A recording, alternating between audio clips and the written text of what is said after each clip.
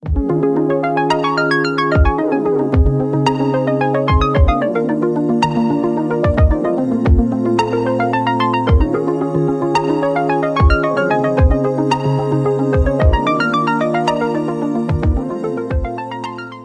you're not enjoying yourself, you're wasting your time here.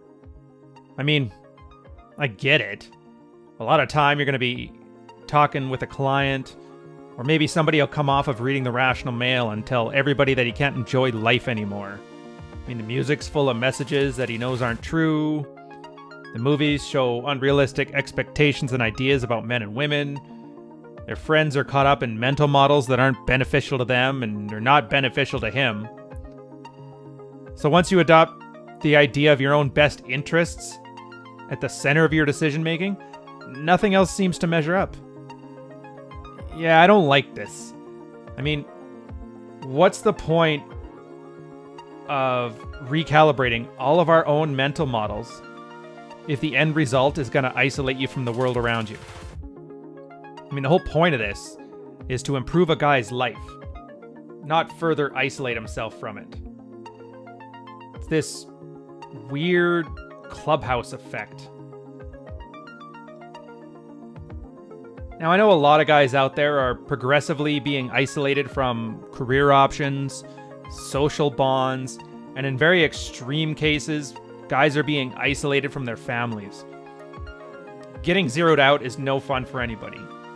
And so, along come a bunch of guys with stories about how they got their life together, started dressing better, looking better, acting better, carving out a nice little life for themselves. And they wrote down the process that got them there, and you want in. I mean, who wouldn't? Problem is, since a guy has lost so many little tribes in his own life, he looks to replace it with this one.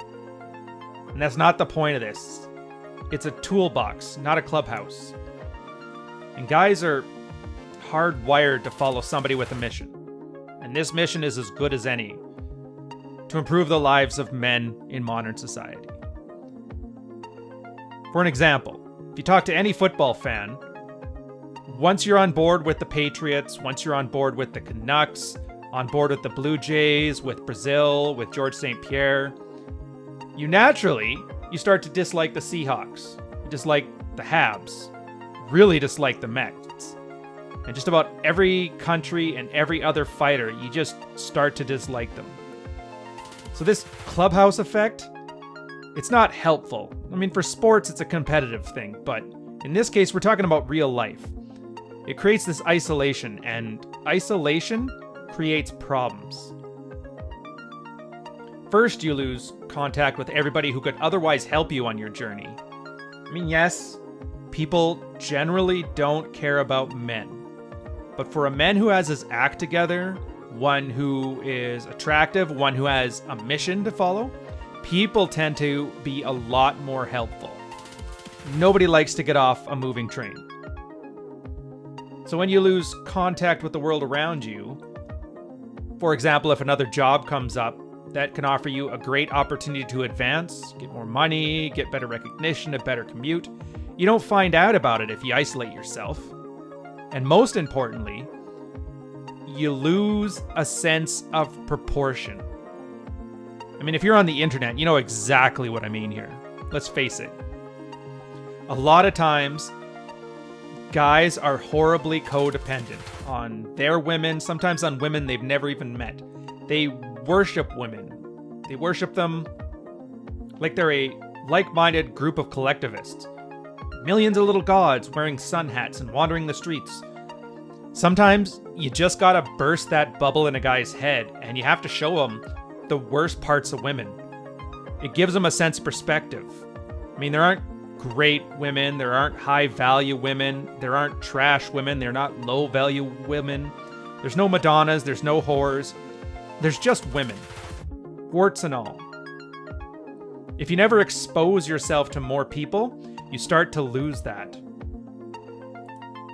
So the mental models you're adopting should be ones that can allow you to enjoy the company of a woman for who she is, not what you want her to be. Plus, one key part of getting your act together is being charismatic, like the life of the party. You can't really do that if nobody measures up to your internal unrealistic expectations. I'll give you an example. My best friend and former shipmate just bought a boat. I don't know enough about boats to own a boat. He doesn't know enough about boats to own a boat. But people who do know about boats seem to be surprised that he has one, and he's surprised he has that one, so I assume it's good. Another few buddies I've sailed with come by. One is an instructor, one deals with logistics.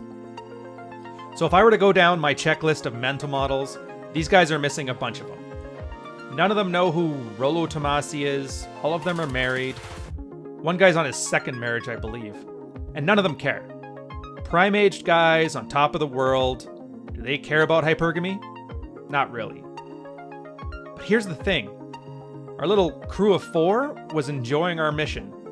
Even if our mission was to learn how to park a boat downtown and have some lunch, navigate the outgoing and incoming lanes in the harbor, and learn a few tricks to make this 27-footer dance.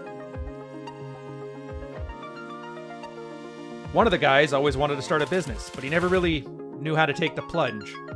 He always did research, but he never followed through. So that's where I came in. I helped him get started. I'll let you know in a month if he followed through. One of the other guys, he mentioned some hearing damage he had. Our workplace on board was full of it. He showed me how to get some coverage and help to deal with the issue, have Veterans Affairs help. It's been working wonders on my ability to sleep. And all the time we're blasting blue pill music from the 1990s on the stereo. Song was about wifing up single moms or something. Even if neither one of us really cared. And that's the key. So you don't need doppelgangers as friends. You don't need the Clubhouse Effect to make a good life for yourself. In fact, it's probably getting in your way. All you need to make good friends is reciprocal value. I know things. They know things. One of the guys owns a boat. We're all hungry. We want to have fish and chips downtown, and that's all you need to get along with other people. And the thing is, we share a lot of the same concerns about how legal framework for co-ed work environments is becoming increasingly hostile towards men. I mean, so they get it, even if it doesn't look like it. So if you're having trouble making friends, if you're having trouble listening to music, if you're having trouble watching movies or otherwise being the life of the party in your social circles, chances are you still have a fair bit of work to do. Don't forget, the law of power number 18. Isolation is dangerous.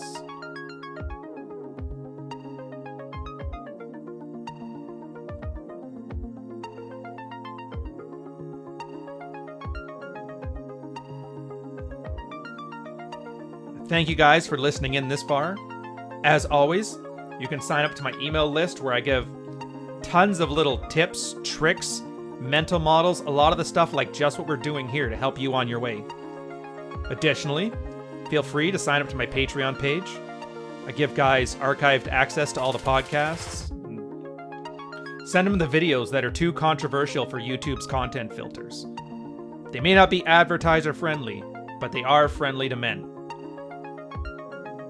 And if you need a pickup, Groundshark Coffee is a great little brand made by a bunch of guys who just wanted a coffee company that didn't call them trash for drinking it. And then if you have a free hour, feel free to book an hour with me. We can talk about what you've been doing, how you plan to make your life better, generally talk strategy. I've got experience from probably 20,000 guys now making the same journey you are, and there's always something that we can teach and learn. Link to all this stuff is in the description.